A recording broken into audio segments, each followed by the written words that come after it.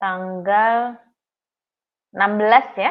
Nanti tanggal 16 kita UAS, hari Jumat besok berarti kan nggak ada, saya ada praktikum soalnya ada kegiatan. Kemudian tanggal 16 ini untuk UASnya. Gitu. Oke, baik. Kita mulai ya. Hari ini kita akan membahas 2 topik. Yang pertama adalah pohon plus, yang kedua adalah pola perkawinan. Nah, kita bahas yang pertama dulu, yang pohon plus.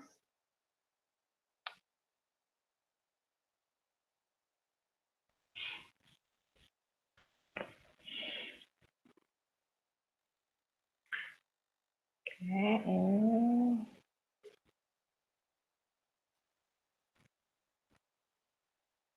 Kelihatan nggak?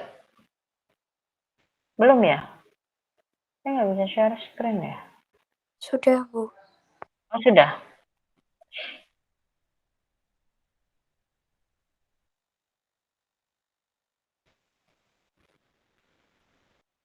Oke.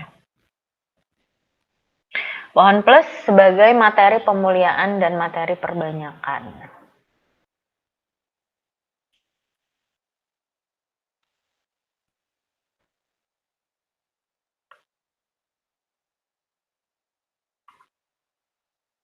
Nah, apa sih tujuan apa sih tujuan dari pemilihan pohon plus gitu ya? Pohon plus itu adalah memilih gitu ya. Memilih pohon plus itu berarti memilih apa? Memilih pohon-pohon dengan karakteristik yang diinginkan. Nah, karakteristik yang diinginkan tuh apa? Karakteristik yang terlihat secara langsung gitu ya oleh pengamat gitu ya, oleh kita yang memilih gitu ya. Kalau kita sebagai breeder berarti ya oleh breeder memilih karakteristik fenotipe yang superior. Artinya apa fenotipe yang superior? Fenotipe yang kita anggap lebih baik gitu ya, yang fenotipe yang kita anggap unggul dibandingkan dengan fenotipe yang lain. Fenotipe itu apa? Fenotipe itu kan penampakan gitu. Jadi memilih pohon-pohon yang dia punya kenampakan baik, yang superior, yang karakteristik penampakannya itu yang kita inginkan. Misalnya apa? Misalnya pohon untuk kebutuhan kayu gitu ya. Nah, kita memilih pohon plus berdasarkan fenotipenya, artinya memilih pohon yang untuk produksi kayu itu yang bagus. Nah, pohon untuk produksi kayu yang bagus itu yang apa? Yang diameternya besar, yang batangnya lurus, yang tinggi, kemudian yang lebih cepat tumbuh, dan sebagainya. Nah, itu adalah yang disebut dengan fenotipe superior. Nah, yang ketiga, tujuan dari pemilihan pohon plus adalah apa? Untuk menghimpun variasi individu sebagai bahan pemuliaan selektif. Jadi yang tadi superior-superior tadi, pohon-pohon plus yang tersebar di beberapa wilayah tadi, kita kumpulkan untuk apa? Untuk bisa dijadikan bahan untuk program pemuliaan selanjutnya gitu. Bisa digunakan untuk materi untuk pengujian tanaman gitu, atau mungkin bisa digunakan sebagai sumber benih secara langsung. Nah, status pohon plus gitu ya. Pohon plus itu pohon yang secara fenotipik superior. Nah, superiornya karena apa? Apakah karena tapak gitu. Nah, kalau dia superior karena tapak, artinya apa? Artinya dia karakter itu muncul atau karakter fenotipenya itu bagus karena memang lingkungan tempat tumbuhnya bagus. Bukan karena genetiknya yang bagus. Tetapi dalam program pemuliaan kita kan menginginkan bahwa pohon-pohon tersebut itu bagus tidak hanya karena tapaknya, tetapi karena memang secara genetik dia sudah bagus. Sudah memiliki gen-gen dari sifat-sifat yang kita inginkan itu lebih unggul. Nah, kemudian fenotipe pohon plus yang dianggap superior itu kan dia sifatnya sesaat. Kemudian karakter itu disebut plus juga tidak kemudian selamanya dia disebut plus. Kenapa?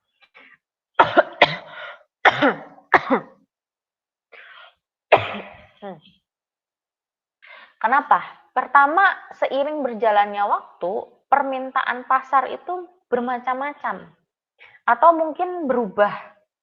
Dulu pasar menginginkan lok-lok yang besar, mungkin kayu-kayu yang solid. Tetapi kemudian sekarang mungkin tidak perlu seperti itu. Cukup dengan yang kecil tapi bisa diolah, kemudian disambung dan sebagainya. Kemudian sifatnya subjektif. Dia disebut superior ya sifatnya subjektif gitu. Apalagi kalau umpamanya kita pengennya kayu yang dia warnanya gelap gitu. Ada yang seleranya warnanya gelap, ada yang mungkin seleranya dia menginginkan kayu yang berwarna lebih terang gitu misal. Nah, itu kan subjektif. Superiornya tuh dia subjektif. Kemudian juga efektivitas bergantung pada populasi yang tersedia. Apakah pohon plus itu efektif atau tidak dari populasinya? Populasinya banyak nggak gitu. Nah, sehingga sifat superiornya itu disebut sesaat. Nah, kemudian ini pengertian dari seleksi pohon plus. Nah, ada yang disebut sebagai pohon kandidat, pohon induk, pohon plus, kemudian pohon elit. Apa sih sebenarnya pohon kandidat tuh? Nah, jadi untuk memilih pohon plus, sebelum kita memilih pohon plus itu kita memilih pohon kandidat dulu. Pohon kandidat itu apa? Pohon kandidat adalah pohon yang telah diseleksi kualitasnya berdasarkan fenotipe tetapi belum diuji. Jadi kita memilih pohon gitu ya yang akan dijadikan pohon plus. Nah, akan dijadikan pohon plus itu dilihat dari apa? Dari kualitas secara fenotipenya. Kemudian pohon kandidat ini bisa dijadikan pohon induk. Pohon induk apa? Pohon induk ketika dia menghasilkan benih. Pengertian benih apa? Benih itu bisa berupa biji gitu ya, ataupun bagian-bagian vegetatif. Jadi pohon induk itu pohon yang menyediakan benih tadi baik generatif maupun vegetatif untuk dilakukan perbanyakan ataupun dilakukan pengujian. Kemudian barulah kita ke pohon plus. Pohon plus atau disebut superior tree adalah suatu pohon yang memiliki penampakan lebih baik dari rata-rata dan terlihat dengan jelas. Pohon plus merupakan individu yang sangat bagus dan sifat-sifat yang diinginkan itu sesuai. Nah, apa sih sifat-sifat yang diinginkan? Ya bisa berupa batang yang lurus, tumbuhnya cepat, diameternya besar, batangnya silindris, persabangan yang kecil, sudutnya mendatar, dan tahan terhadap hama penyakit. Nah, pohon-pohon yang memiliki penampakan fenotipe seperti itu gitu ya, yang tadinya jadi pohon kandidat, kemudian kita pilih gitu ya, sesuai dengan metode pemilihan pohon plusnya, maka kita bisa jadikan dia sebagai pohon plus. Nah, setelah dapat pohon plusnya, maka kemudian dijadikan sebagai pohon elit. Apa itu pohon elit?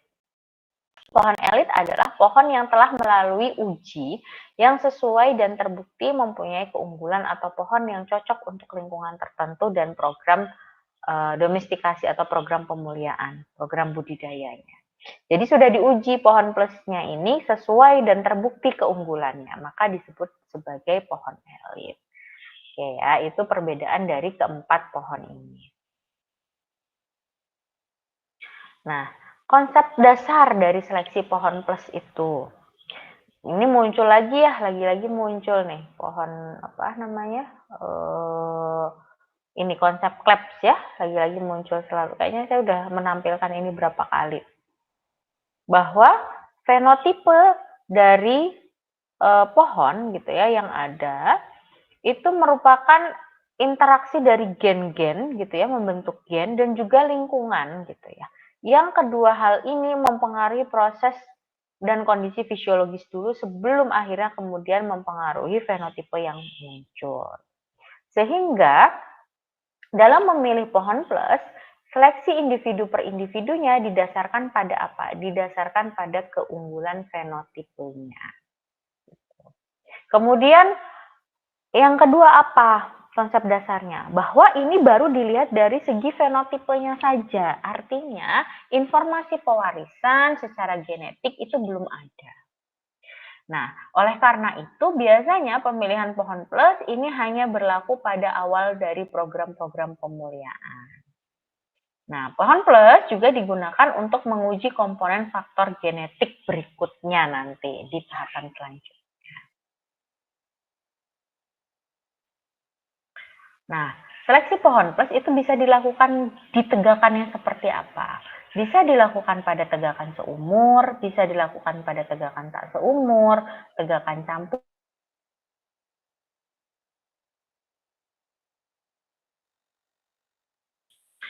Nah, kalau pada tegakan yang tak seumur ataupun tegakan yang dia campuran, artinya kan dia udah berbagai macam gitu ya, umurnya beda-beda. Itu karakternya seperti apa atau kondisinya bagaimana? Biasanya itu spesiesnya dari prototipe cross fertile gitu ya, spesies-spesies yang perkawinannya itu bersilang gitu. Kemudian karena dia campuran gitu ya, bahkan juga tidak seumur, itu memungkinkan adanya diversitas atau keragaman yang tinggi, baik keragaman spesies apalagi keragaman genetiknya. Sehingga karena tadi beragam, maka polinator yang ada di tiap spesies itu akan sangat spesifik. Nah, ini juga akan sulit gitu ya. Bukan sulit ya. Akan mengakibatkan mungkin ada beberapa pohon yang memiliki dimensi yang cukup besar karena dia tidak seumur, kemudian dia mungkin di awal tumbuh di situ lebih awal dibandingkan yang lain sehingga dia mungkin cenderung memiliki dimensi pohon yang lebih besar.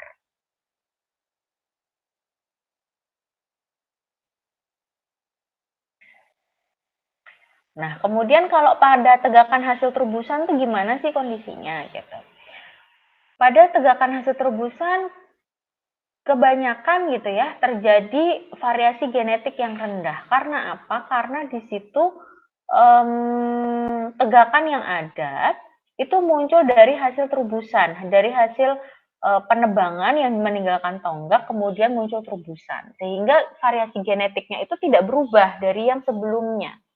Karena hanya mengcopy saja dari tetuanya, dari indukannya, tidak terjadi persilangan kembali gitu ya, atau tidak terjadi persilangan lagi, hanya mengcopy dari indukannya, sehingga variasi genetiknya rendah. Nah, terobosannya itu hasil perbanyakan vegetatif dari akar lateral. Kemudian untuk bisa memilih pohon plus di tegakan hasil terobosan itu perlu batasan tentang area, seberapa luas yang akan kita eksplor untuk pohon plusnya. Nah, ini bisa pakai yang dia terobosan murni atau terobosan yang scatter, artinya Pak, ada yang dia terobosan, ada yang tidak. Gitu.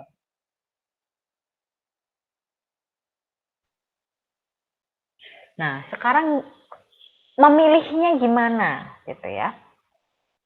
Kan kita ceritanya mau memilih pohon plus. Nah, pohon plus ini kita bisa pilih melalui 5 metode.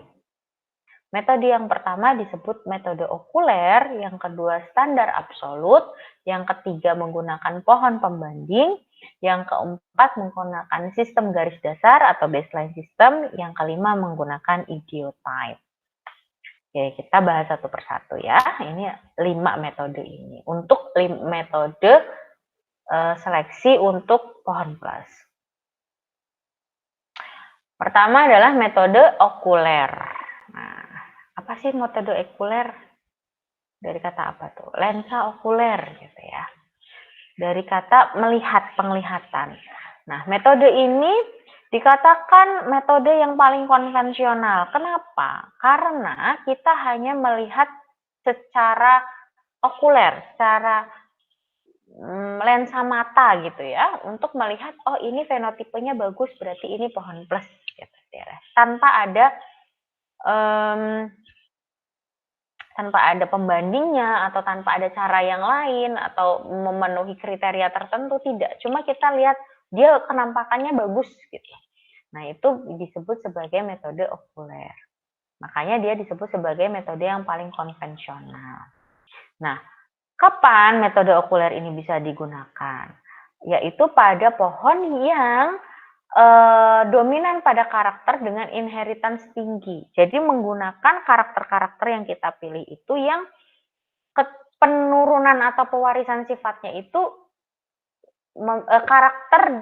pewarisan sifat dari karakter tersebut itu cukup dominan atau cukup tinggi. Nah, dari yang kayak seperti apa? Yang biasanya sifat-sifat kualitatif gitu. gitu. Biasanya kalau bunga pohon induknya warnanya merah. Nah, itu kan akan diwariskan merah lagi ke anaknya. Nah, itu yang inheritance-nya tinggi, sifatnya kualitatif. Atau apa?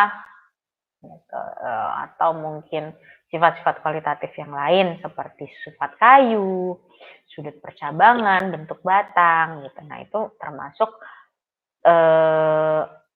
sifat atau karakter yang bisa kita gunakan sifat yang bisa kita gunakan gitu ya untuk memilih pohon plus dengan metode okuler. Nah, kapan selain yang tadi kita gunakan untuk metode okuler ketika umur, status, dan kondisi tegakan itu tidak begitu berpengaruh atau pengaruhnya pun juga cukup kecil.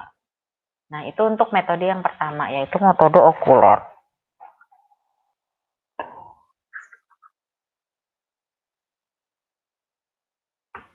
Metode yang kedua adalah metode menggunakan pohon pembanding.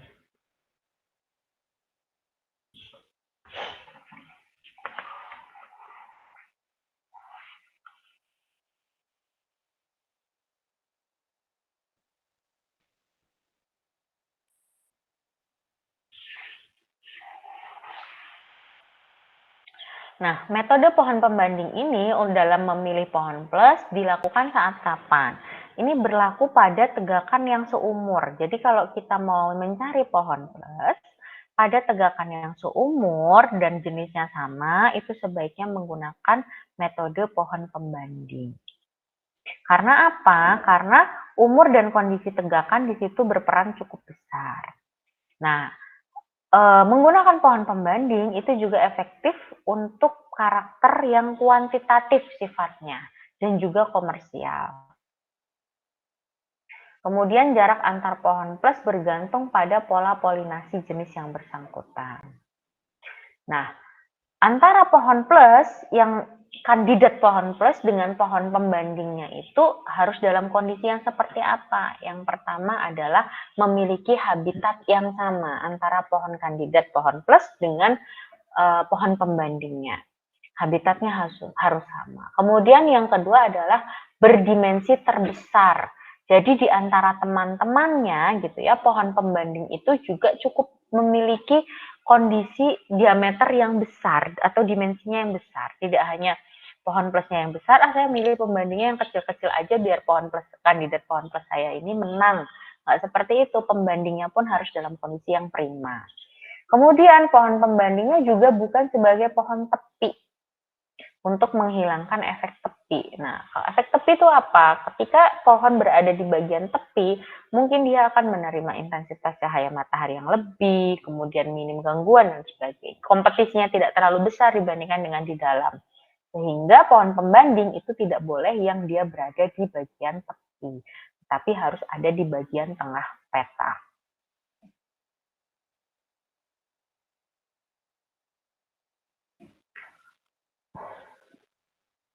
Nah, kenapa pohon pembanding itu dilakukannya pada tegakan seumur? Karena yang pertama, tegakan seumur itu punya pola pertumbuhan.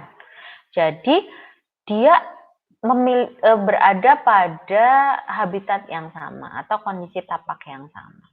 Tetapi respon tanaman yang tumbuh di atasnya itu beragam. Artinya apa? Artinya adalah bahwa ada pengaruh genetik yang berperan di situ gitu. Nah, sehingga kita pengennya yang terbaik karena genetik itulah yang kemudian bisa kita jadikan sebagai pohon plus. Kemudian tajuknya relatif akan sama kurang lebih. Kemudian ada jarak tanam yang tertentu, ada level kompetisi, kemudian ada kontinuitas dalam penjarangan, salah satu bentuk pemeliharaan. Itu pada tegakan seumur. Nah, ini bagaimana memilih pohon plus. Nah, pohon plus itu dipilih pada tegakan yang seumur. Misal ini ada tegakan gitu ya.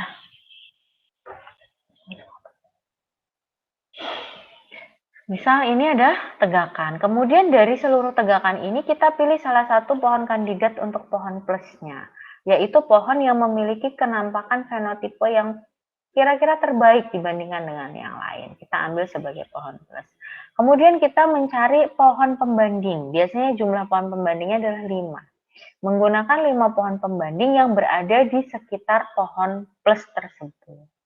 Kemudian kita kuantifikasi dengan cara apa? Mengukur dimensi pohonnya dan mengetahui fenotipe pohonnya.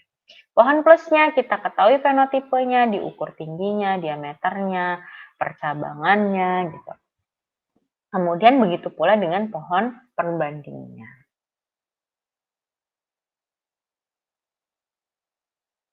Ya, sebelum ke sini kita selesaikan dulu yang pohon plus ya. Yang menggunakan pohon pembanding. Nah, ini adalah contoh tally sheet digunakan untuk memilih pohon plus menggunakan metode pohon pembanding. Jadi yang pertama yang kita jadikan kandidat pohon plus ini memenuhi kriteria berikut ini. Ini adalah contoh untuk pohon plus untuk kebutuhan kayunya. Yang pertama diukur apa? Adalah tinggi, kemudian keliling atau diameter, kemudian bentuk batang, pelepasan cabang, cabang permanen, sudut percabangan, silindrisitas, tajuk, kemudian permukaan batang, dan juga ada tidaknya cacat. Kemudian bagaimana dengan bunga, hasil bunga, buah, dan bijinya. Karena ini kan kita mau ngambil benihnya dari pohon plus. Masing-masing masing-masing karakteristik ini kemudian diukur, ditulis di sini. Kemudian memilih 5 pohon pembanding yang dipilih secara random di dekat dengan pohon plus. Masing-masing pohon pembanding ini kemudian diukur tingginya dan diameternya. Nah, ini harus dalam kondisi yang prima juga ya, sifat-sifat kualitatif yang lain. Kalau pohon pembandingnya cukup dengan menghitung mengukur tinggi dan diameternya 5 pohon pembanding kemudian dirata-rata gitu ya. Nah, nilai rata-ratanya berapa, kemudian nilai pelepasan cabangnya berapa, cabang permanennya berapa. Ini TBBC-nya maksudnya. Nah, kemudian setelah mengisi tally sheet ini, isi ini gitu ya, kita tahu kondisi tinggi dan diameter rata-rata dari pohon pembanding dan kondisi tinggi dan diameter dari pohon kandidat pohon plusnya. Nah, ini sama ya, tally sheet-nya berisi. Nah, setelah itu diapakan? Setelah itu kita hitung. Oh, nggak masuk sini ya.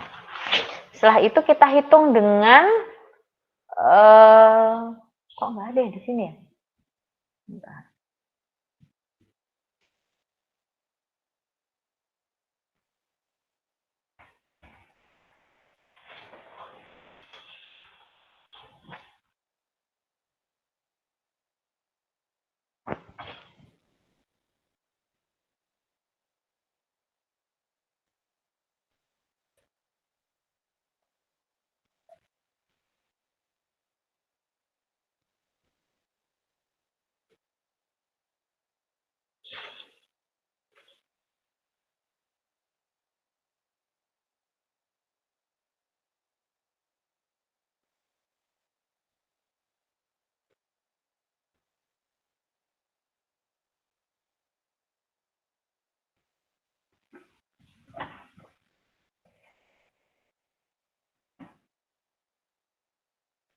Oke, kemudian diukur dengan pembandingnya.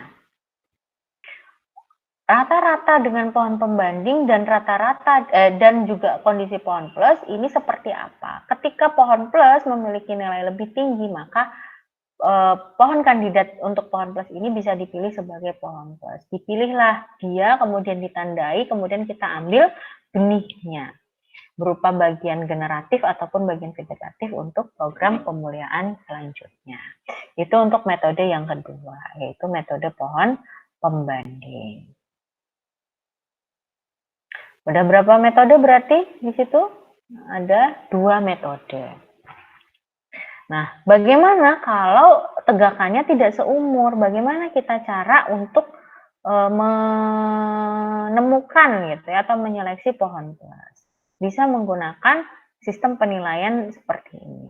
Apa saja yang dinilai? Yaitu tinggi, kelurusan batang, TBBC, tinggi cabang permanen, permukaan batang, silintrisitas, dan juga cacat. Nah, karena ini tegakan tidak seumur, maka akan ada strata ya, maka ada strata tajuk. Sebentar ya, kita jeda dulu sebentar, mungkin 2 menit.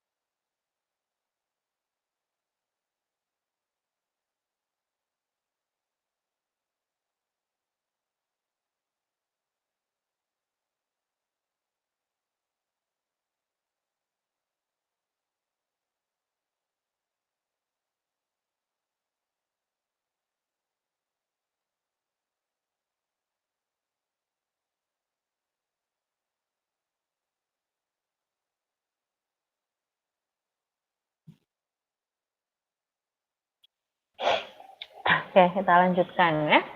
Mohon maaf. Ini, untuk yang tidak seumur, ya. Dilihat dari kelurusan batangnya. Kelurusan batangnya memiliki nilai poin maksimal 40 ketika dia benar-benar lurus dari bawah sampai ujung, tidak ada yang bengkok gitu ya. Kemudian ketika ada mulai ada belokan sedikit gitu ya, 70 lurus dia dari pangkal sampai 75% ke atas, maka diberi poin 30 dan seterusnya. Sesuai dengan karakter ini, maka nilai total maksimal itu kan 100. Dia bisa dijadikan pohon plus ketika dia memiliki nilai total minimal 60. Ketika nilai total yang ditotalkan di sini lebih dari 60, maka dia bisa kita jadikan sebagai pohon plus. Oke, nah ini ya contoh kelurusan batang. Nah ini yang disebut sebagai batang yang lurus gitu. Nah semakin ke sini batangnya semakin tidak lurus. Nah berikutnya adalah metode yang ketiga, yaitu metode standar absolut. Artinya apa? Metode ini digunakan gitu ya. Dengan metode ini digunakan, bagaimana cara menggunakan metode ini, yaitu membandingkan gitu ya antara kondisi pohon yang di lapangan yang kita jadikan kandidat pohon plus dibandingkan dengan standar ukuran tegakan. Jadi tegakan tersebut punya standarnya sendiri. Nah, standar yang berlaku. Contohnya apa? Contohnya adalah tabel normal atau tabel volume dan juga bonita. Maka kalau kayak jati gitu ya, kita mau mau mencari pohon plus jati dengan cara standar absolut, maka kita bisa lihat tabel volumenya. Pohon tersebut umurnya berapa, berada di bonita berapa, di tabel volume itu harusnya tingginya itu standarnya berapa. Maka ketika dia sudah memenuhi standar itu, kita bisa gunakan dia sebagai pohon plus gitu ya. Individu yang terrefleksi itu ketika apa? Dia berada di atas standar yang ditentukan. Jadi dia sudah ada standar tinggi atau diameter untuk umur sekian pada bonita sekian, itu dia memiliki tinggi sekian gitu ya. Itu sudah ada standarnya. Ketika kita menemukan pohon dengan kriteria yang memenuhi standar atau di atas standar, maka bisa kita jadikan sebagai pohon plus. Selain di atas standar yang ditentukan tadi, bisa juga ditambahkan dengan dia memenuhi sifat kualitatif lain yang berhubungan dengan kualitas pertumbuhan pergerakan. Itu untuk metode yang ketiga, yaitu metode standar absolut.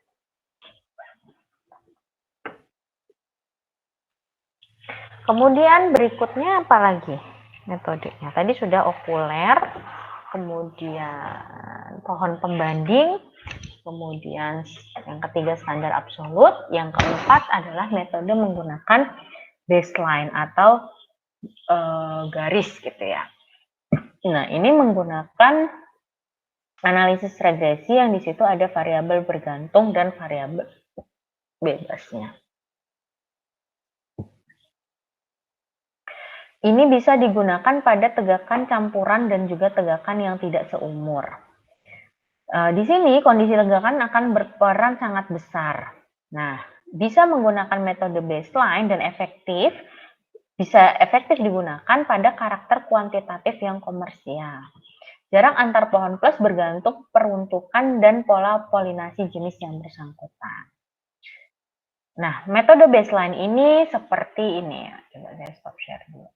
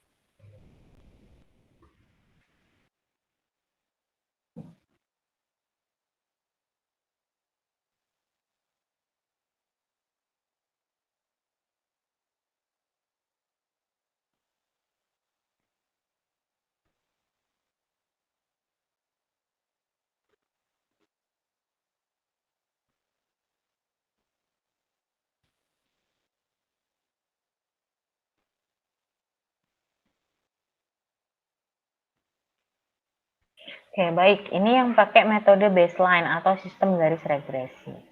Jadi, kita mencari dulu nilai bebas dan variabel bebas dan variabel bergantungnya. Nah, variabel bebasnya misal umur pohon.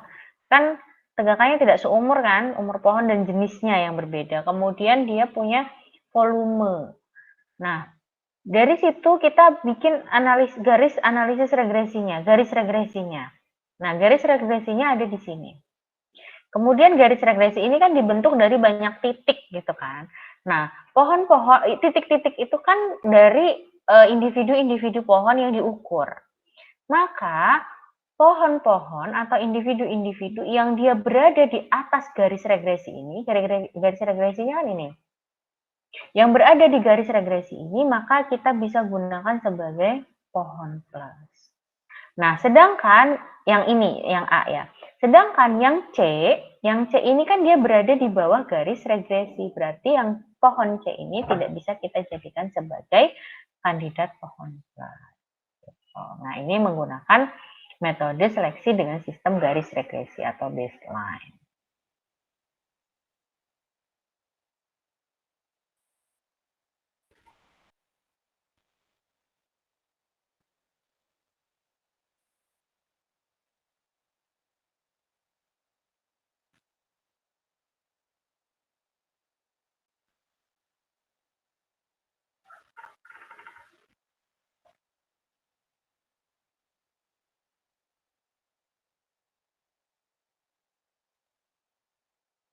Oke, OCW-nya tadi saya coba buka tuh lagi error terus. Sekarang kalian buka masih udah bisa belum ya?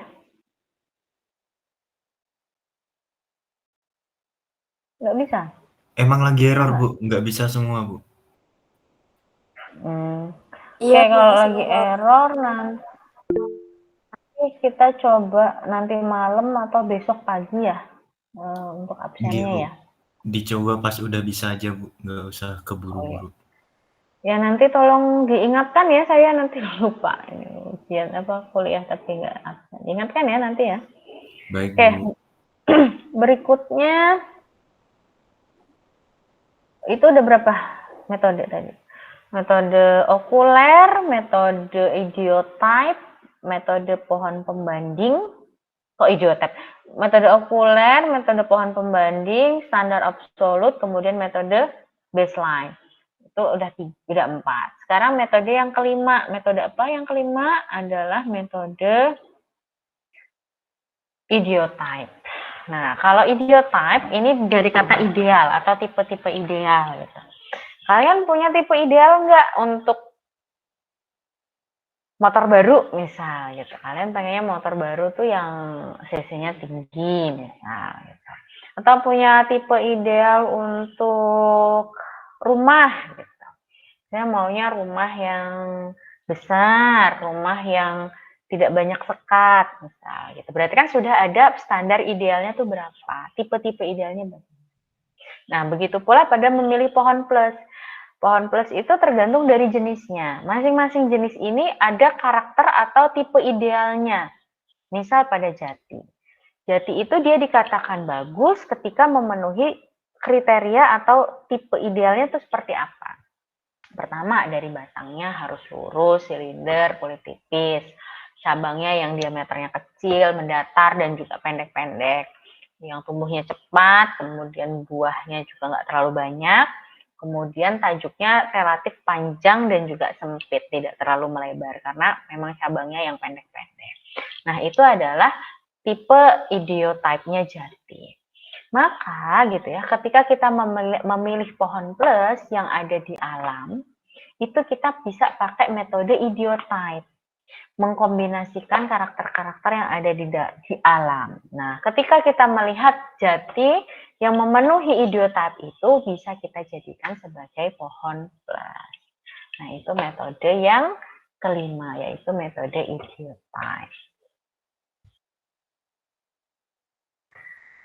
Nah, idiotype ini melibatkan data pertumbuhan yang lengkap. Umur dan kondisi tegakan berperan besar. Ini efektif pada segala tegakan, penilaian karakter kuantitatif, sering dianggap. Nah, tetapi karena tadi, apalagi kalau runtutan tipe idealnya itu lebih banyak, gitu ya, maka dianggap terlalu kompleks dan agak sulit untuk digunakan. Nah, tetapi biasanya ini digunakan pada tipe-tipe tipe-tipe pertanaman yang agroforestry, yang dia relatif lebih banyak campurannya terkadang. Itu untuk metode idiotype. Oke. Nah, itu adalah 5 metode yang bisa digunakan untuk memilih pohon plus.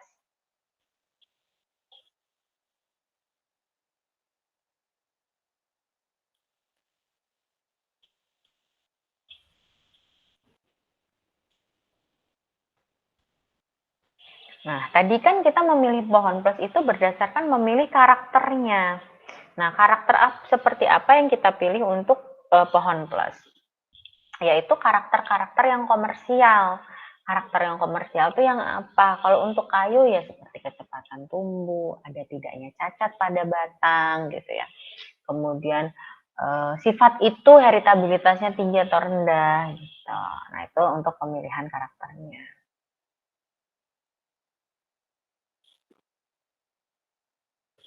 Nah, ini contoh klasik pemilihan karakter dalam penilaian pohon plus.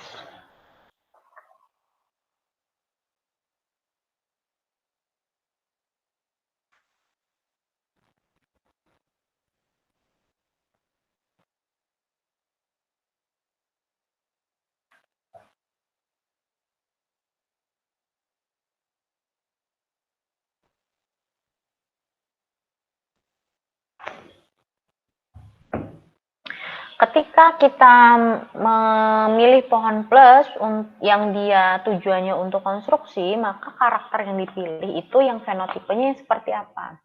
Yang tinggi, karakter tingginya tinggi gitu ya, diameternya yang besar, TBBC-nya juga yang tinggi gitu ya, tinggi batang lurusnya dia kalau bisa 100%, bentuk batangnya dia tidak yang bengkok atau sebagainya gitu ya, tapi yang lurus.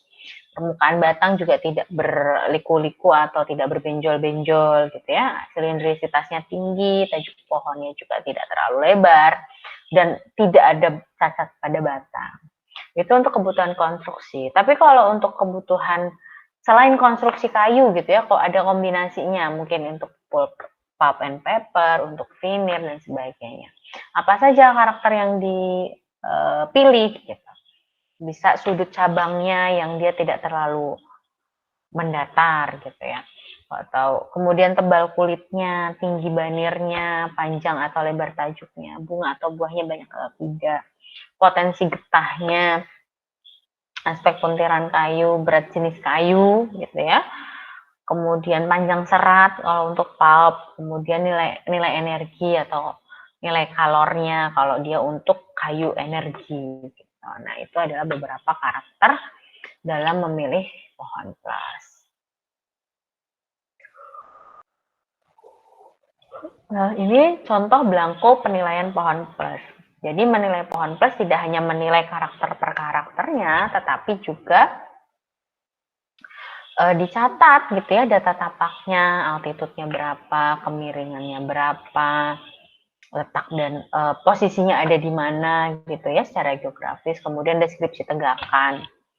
Di situ ada tumbuhan bawah apa saja, dia tegakannya campuran atau tidak gitu ya, ataukah ada penggembalaan dan sebagainya.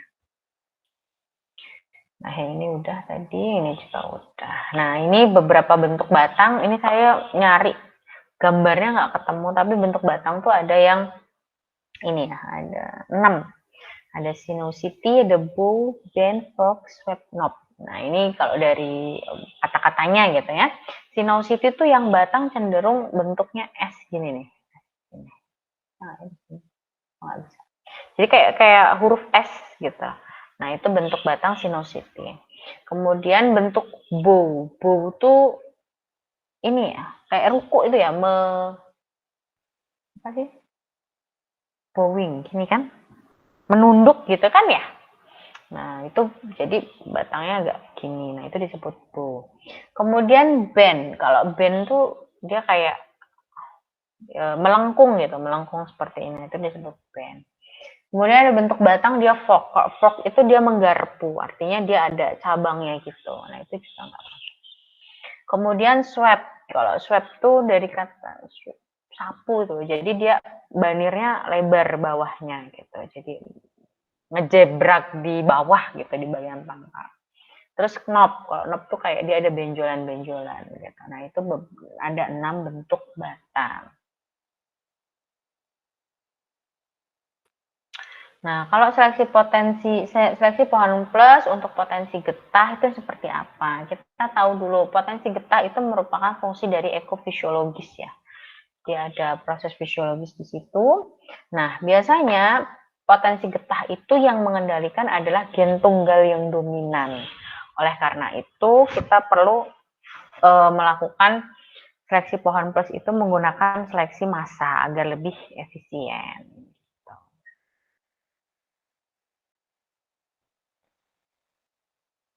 Nah, kemudian bagaimana dengan mekanisme pengumpulan benihnya? Nah, jadi kita memilih pohon plus di lapangan itu kemudian tidak hanya satu kan yang diambil, tetapi banyak. Dalam satu lokasi mungkin kita bisa ngambil 5, 10, dan sebagainya. Nah, masing-masing pohon plus ini harus punya identitas. Jadi diberi identitas masing-masing. Oleh karena itu apa? Oleh karena itu masing-masing benih yang dikumpulkan dari pohon plus ini harus dilabelin secara terpisah sehingga identitas benihnya dari masing-masing individu itu tetap terjaga gitu, tidak tercampur satu sama lain. Nah, ini dikumpulkan secara terpisah, tidak boleh tercampur, identitas pohon tetap dipertahankan.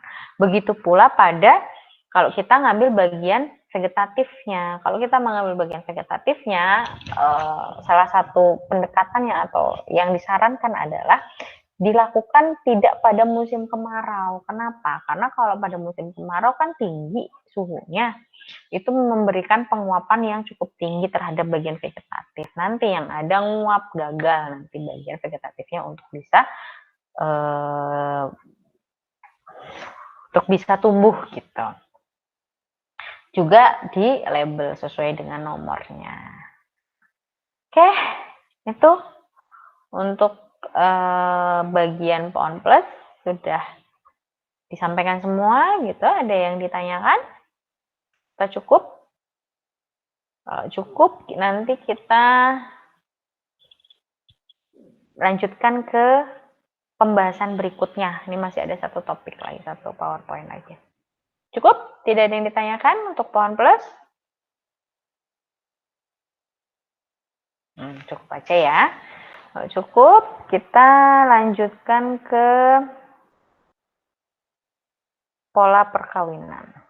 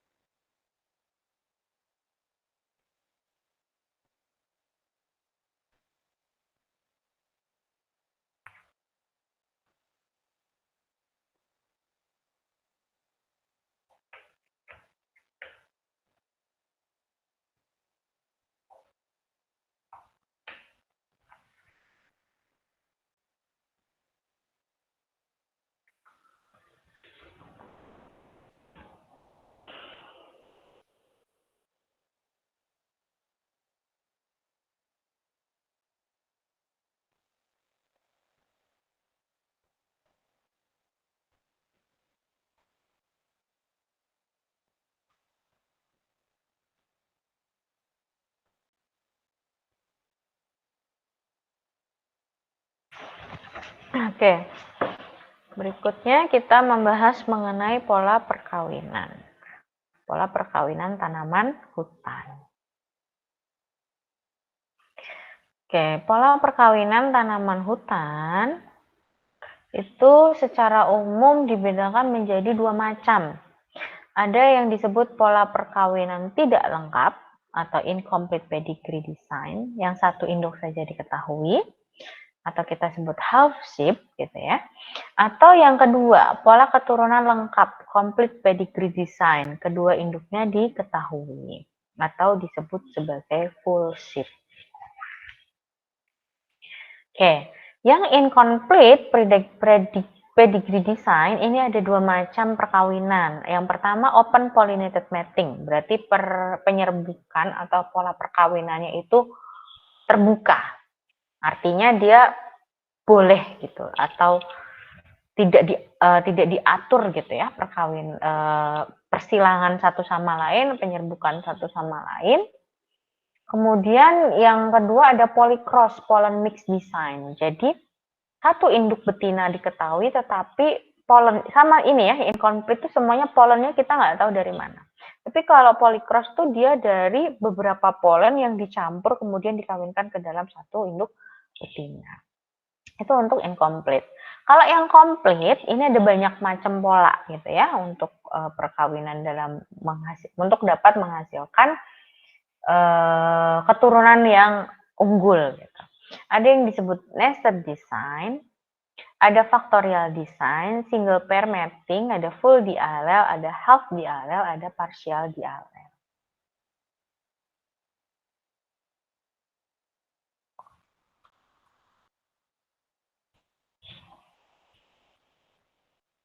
Nah, oke, sebelum ke yang komplit, kita bahas dulu yang incomplete. Nah, yang incomplete yang satu adalah open pollinated mating, yaitu penyerbukan yang terjadi secara bebas atau terbuka antar pohon. Jadi semua individu pohon dalam satu petak, misal, dia bebas gitu ya, diserbuki oleh dari polen manapun. Jadi sistem penyerbukannya terbuka. Nah, itu namanya open pollinated mating. Kemudian sistem perkawinan ini atau pola perkawinan ini bisa terjadi pada kebun benih dengan jumlah individu yang relatif banyak. Dan juga akan mendukung pada seleksi dari uji keturunan. Nah, kalau yang kedua ada polycross atau pollen mix design. Nah, kalau yang seperti ini, setiap individu betina, jadi ada satu pohon induk betina, yang dia kemudian diserbuki dari polen-polen dari beberapa individu yang dicampur, yang kemudian diserbuki atau dikawinkan atau dilakukan penyerbukan pada induk betina tersebut. Gitu. Jadi satu induk betina gitu ya, polennya dari banyak individu pohon yang lain, tidak hanya dari satu polen dari satu pohon. Gitu.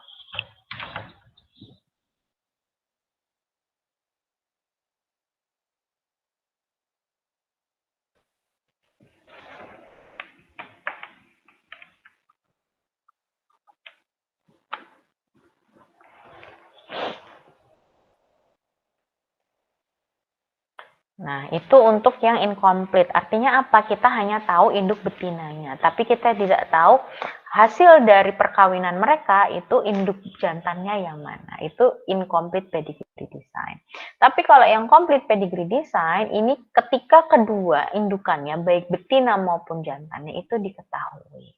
Yang pertama ada nested design. Nested design ini adalah suatu pola penyerbukan terkendali yang telah digunakan di dalam pohon-pohon hutan, yaitu dengan cara mengawinkan beberapa grup pohon induk kelamin tertentu dengan grup-grup pohon induk lain yang berlainan.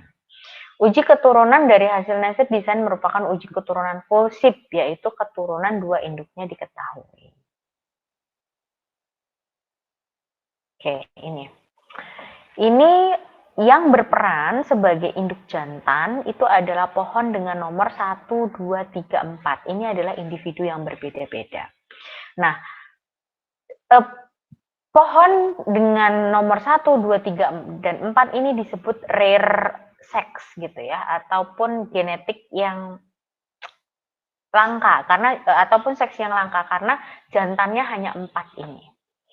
Jantannya hanya 4. Masing-masing jantan ini gitu ya, masing-masing jantan ini dia akan kawin atau polennya akan menyerbuki 4 pohon atau 4 putik dari 4 pohon yang berbeda. Individu sebagai indukan betinanya yang berbeda. Jadi satu ini kemudian dikawinkan dengan nomor 4, 5, 6, 7. Kemudian yang individu nomor 2 ini dikawinkan dengan individu 8, 9, 10, 11, dan seterusnya.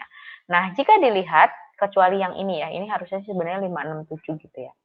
Ini tuh masing-masing individu ini dia tidak ada yang berkawin sama.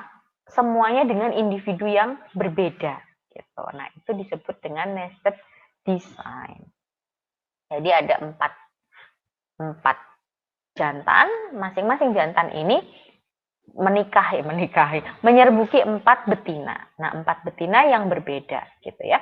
Jantan nomor 1 dengan 4 betina yang ini, jantan nomor 2 dengan betina yang lain lagi gitu. Jadi tidak saling sama, tetapi berlainan. Gitu. Ini untuk metode untuk pola nested design. Ini yang jantannya, ini yang betinanya. Berikutnya factorial design. Factorial mating design disebut pula sebagai istilah tester design, yaitu pola penyerbukan terkendali yang melibatkan beberapa induk jantan sebagai tester disilangkan dengan semua induk-induk betina dalam suatu populasi. Di bidang kehutanan, induk-induk jantan yang ditetapkan sebagai tester biasanya 4-6 induk. Jadi 4-6 induk ini kemudian dikawinkan dengan banyak induk betina. Gitu. Seperti apa gambarannya? Seperti ini. Jadi misal induk jantannya ini 5 gitu ya. Ada 5 individu jantan yang memiliki genetik yang berbeda, yang kemudian ada 6 induk, 6 ini 1, 2, 3, 4, 5, 6, 7. Ada 8 induk betina. Nah, 8 induk betina ini kemudian diserbuki dari polen jantan nomor 1, kemudian ada juga yang diserbuki dari jantan polen jantan dari polen pohon nomor 2, nomor 3, dan 4, dan 5. Nah, ini testernya. Ini yang dia kemudian menyerbuki 8 betina yang sama. Kalau yang nested itu kan masing-masing berbeda antar jantan. Kalau yang ini masing-masing jantan itu menyerbuki betina yang sama. Ini disebut sebagai factorial design. Kemudian factorial design pun ada yang sifatnya disconnected gitu ya. Kalau disconnected ini tidak semuanya, tetapi sekelompok-sekelompok. Misal nih, jantan 1 sampai 3 ini dia menyerbuki betina nomor 10 sampai 12. Tetapi 13 sampai 18 tidak. Berikutnya, kelompok 4, 5, dan 6 ini menyerbuki betina nomor 13 sampai 15 dan seterusnya. Ini disebut factorial design tapi yang disconnected gitu, tidak keseluruhan. Berikutnya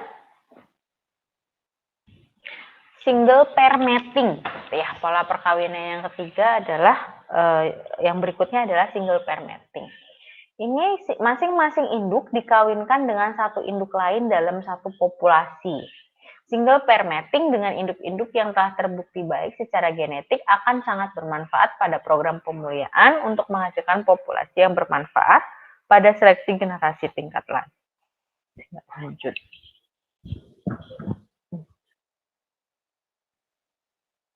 Nah, kalau single pair mating itu tidak ada yang sama. Jadi ada 10 individu yang dia berperan sebagai jantan dan berperan sebagai betina. Ini harusnya jantan. Padahal ininya benar ya, tapi lambangnya benar tapi tulisannya salah.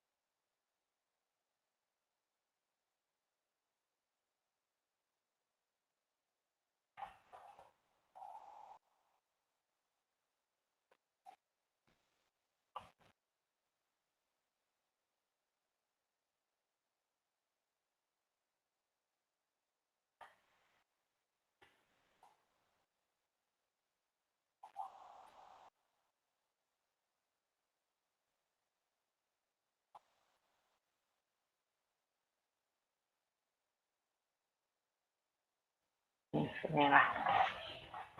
Jadi ini berperan sebagai induk jantan ya. Ini dari 10 individu yang sama ya. Nah, yang berperan sebagai jantan ini nomor 2, nomor 4, nomor 6, nomor 8, dan nomor 10. Sedangkan yang berperan sebagai betinanya ini yang nomor 1, nomor 3, 5, 7, dan 9. Yang genap sebagai jantan, yang ganjil sebagai betina. Ini single pair mating. Jadi satu individu dengan satu individu. Tidak ada yang bercampur, yang berpoligami gitu, nggak ada gitu ya. Jadi semuanya jantannya satu ya betinanya satu gitu. Itu disebut sebagai single pair mating. Kemudian berikutnya ada full dialel. Full dialel ini mengawinkan masing-masing induk dengan induk-induk yang lain dalam suatu kombinasi penuh, termasuk persilangan resiprokal. Persilangan resiprokal adalah dua perkawinan yang di dalamnya melibatkan dua induk. Jadi ada yang dia saat ini dia perannya sebagai jantan, kemudian dikawinkan dengan betina. Jadi misal gini, nomor 1 dengan nomor 2. Nomor 1 ini dia saat ini yang bukan saat ini. Maksudnya pola yang pertama dia sebagai jantan nomor 1 dan nomor 2 sebagai betina. Disebut resiprokal, kemudian ada pola berikutnya. Yang nomor 1 ini dia ganti jadi betina berperannya, jadi dia ada putiknya. Kemudian yang nomor 2 ini berperan sebagai jantannya yang diambil polennya, itu disebut sebagai resiprokal. Pada perkawinan pertama, induk pertama difungsikan sebagai induk betina, adapun induk kedua kedua sebagai induk jantan. Sebaliknya pada perkawinan kedua, induk pertama sebagai jantan dan induk kedua sebagai betina. Ya, ini disebut resiprokal. Nih gambarannya. A ini betina dikawinkan dengan B yang jantan. Kemudian B berubah perannya menjadi betina gitu ya, yang A berubah perannya menjadi jantan. Nah, itu disebut full dialel. Gimana gambarannya? Ini gambarannya. Nah, ini. Jadi ini sama ya, ini juga harusnya induk jantan ini. Gimana ya ininya ya?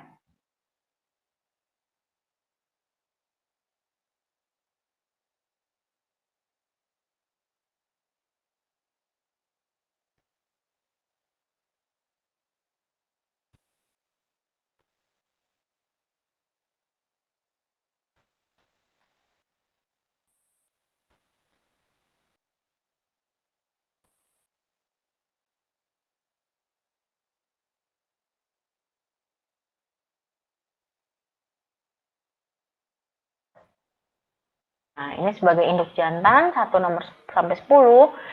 Individu yang sama juga 1 sampai 10 dia sebagai induk betina. Kemudian saling dikawinkan. Nah, itu disebut full dialel.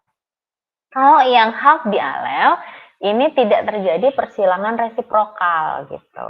Tetapi hanya setengahnya saja. Gitu.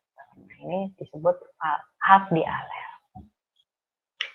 Kemudian berikutnya ada parsial dialel. Kalau parsial dialel ini persilangan dibuat pada diagonal-diagonal tertentu. Diagonal dipilih sedemikian sehingga tidak ada satu induk yang terlibat dalam banyak persilangan. Nah, ini dibuat diagonal-diagonal seperti ini.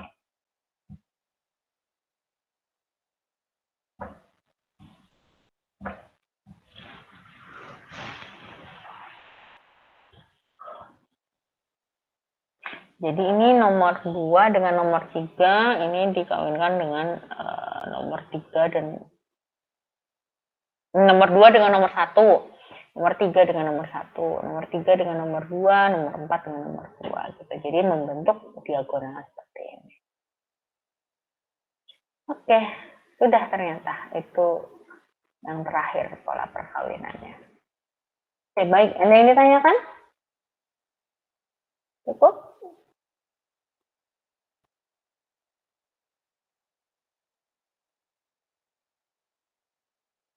Cukup ya? 2 materi selesai ini.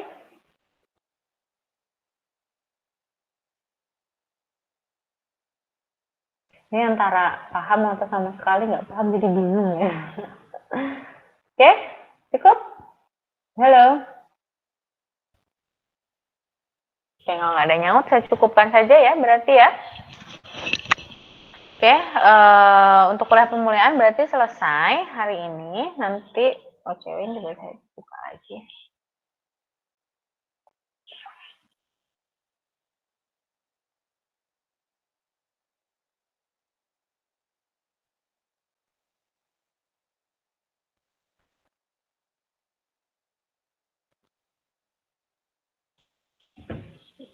Ini masih belum juga ternyata.